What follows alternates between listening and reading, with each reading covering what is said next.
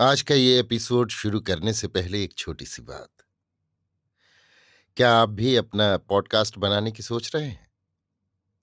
तो anchor try कीजिए। ये पॉडकास्ट बनाने का सबसे आसान तरीका है। नंबर 1, ये फ्री है। नंबर 2, इसमें कई सारे ऐसे टूल्स हैं जो आपको अपने फोन और कंप्यूटर पर रिकॉर्ड और एडिट करने की फैसिलिटी देते हैं। नंबर 3, आप अपने पॉडकास्ट को डिस्ट्रीब्यूट भी कर सकते हैं, जिससे इसे स्पॉटिफाई और दूसरे प्लेटफॉर्म पर सुना जा सके। तो डाउनलोड कीजिए फ्री एंकर ऐप या विजिट कीजिए anchor.fm पर अपना पॉडकास्ट स्टार्ट करने के लिए। ये तो थी एक छोटी सी जानकारी, और अब शुरू करते हैं एपिसोड का सिलसिला। तो आज के एपिसोड में लीजिए सुनिए सूर्यकांत त्रिपाठी निराला के लिखे उपन्यास अप्सरा का भाग 1, मेरी यानी समीर गोस्वामी की आवाज में।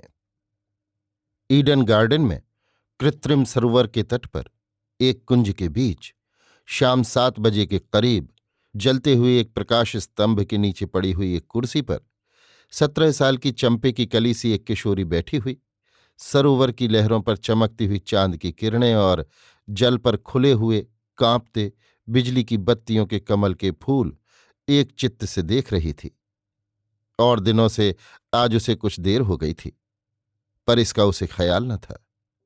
युवती एकाएक चौंक कर कांप उठी। उसी बेंच पर एक गोरा बिल्कुल उससे सटकर बैठ गया। युवती एक बगल हट गई, फिर कुछ सोचकर इधर उधर देख घबराई हुई उठकर खड़ी हो गई। गोरे ने हाथ पकड़कर जबरन बेंच पर बैठा लिया। युवती चीख उठी।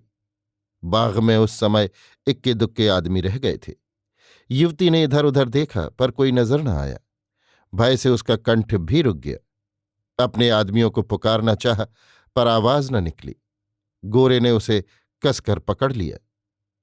गोरा कुछ निश्चल प्रेम की बात कह रहा था कि पीछे से किसी ने उसके कालर में उंगलियां घुसेड़ दीं और गर्दन के पास कोट के साथ पकड़कर साहब को एक बित्ता बेंच से ऊपर उठा लिया, जैसे चूहे को बिल्ली। साहब के कब्जे से युवती छूट गई। साहब ने सिर घुमाया। आगंतुक ने दूसरे हाथ से युवती की तरफ सिर फेर दिया। अब कैसी लगती है? साहब झपट कर खड़ा हो गया। युवक ने कालर छोड़ते हुए जोर से सामने रेल दिया। एक पेड़ के सहारे साहब संभल गया।